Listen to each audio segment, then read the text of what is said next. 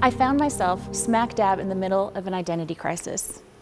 At the ripe old age of 33, I woke up one day with absolutely no idea who I was. Sure, I had a husband, I had a daughter, sure, I had a job. Sure, I had many roles that I played: a wife, a mother, an employee, a friend, a sister, a daughter. There were many hats that I wore, but those hats felt more like tunics, giving me labels of what I did versus who I was. As I ran around in do mode every day, grocery shopping, taking my daughter to school, answering emails, scheduling events, cleaning up my house, one single question would swirl around in my brain, interrupting my do and questioning my be.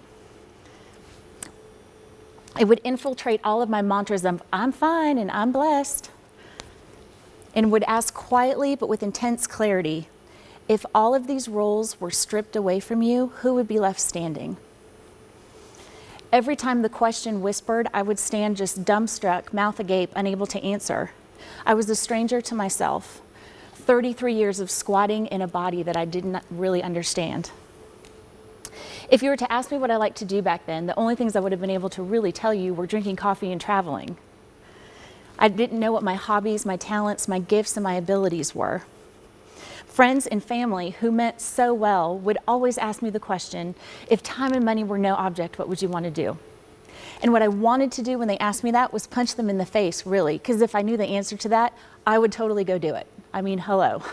I might be blonde, but I'm not that slow. The only thing that kept me sane during this time was going for long walks in my neighborhood, listening to worship music and praying. And one unassuming morning, I donned my baseball hat, put in my earbuds, and I started walking. And I started noticing the most unusual thing. I started noticing a ton of butterflies. I don't have a natural affinity for butterflies, but the more I walked, the more I saw. And pretty soon it got so ridiculous, I felt like the Pied Piper of my neighborhood, with a pillar of butterflies before me and a pillar of butterflies behind me. And being the bright, intuitive person I am, I said, God, I think maybe you're trying to tell me something here. And always gentle, God replied with a wink and a smile, nothing gets past you, does it?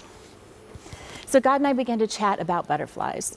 We talked about how children love to catch them and chase after them and get them in nets and bring them home, how they love to watch as caterpillars cocoon and turn into butterflies. We talked more about the life cycles of butterflies and how they go through crawling and cocooning before they can fly. We talked about how they start off kind of ugly and then transform into beautiful things. And all of this was good, really good stuff that I was excited to know about, but there wasn't that aha moment, nothing that really grabbed me about it yet. So when I got home from my walk, I got on the internet and I started doing a little research, and I discovered so much cool information about the butterflies. And then finally, as a footnote at the very bottom of an encyclopedia page, I saw one small detail that changed everything for me. It said that the ancient Greek word for butterfly is psyche, which is the Greek word for soul. And I projectile cried all over my laptop, sobbing and heaving. And it was as if God came up behind me, put his hands on my shoulders, and whispered in my ear, aha. In that exact moment, the scales fell from my eyes as I understood that the identity crisis I was going through was a transformation of divine design that God was bringing me through to transform who I was, not what I did. He was transforming me into something that was meant to fly. Something that was meant to fly around in a devil-may-care flight pattern, just going with the breeze of the wind of the Holy Spirit. And like a butterfly, I had to undergo a season of transformation first. Romans 12:2 talks about this, about transformation from the inside out by the renewing of our minds in the way that we think.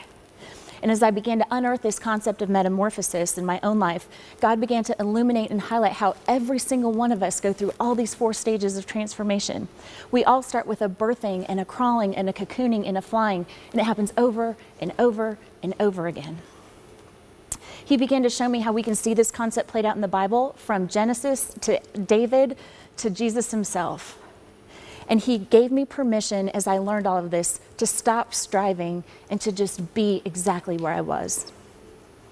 To embrace a life of becoming is using a renewed mind to see past where I am into where I'm going. And the same thing goes for all of us.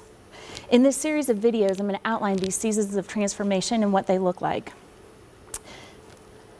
And we're going to talk about how we need to get past 20/20 vision, which makes something big or something small look really big, but getting into Romans 12:2 vision, where we see something big so much better. I hope you'll stick around.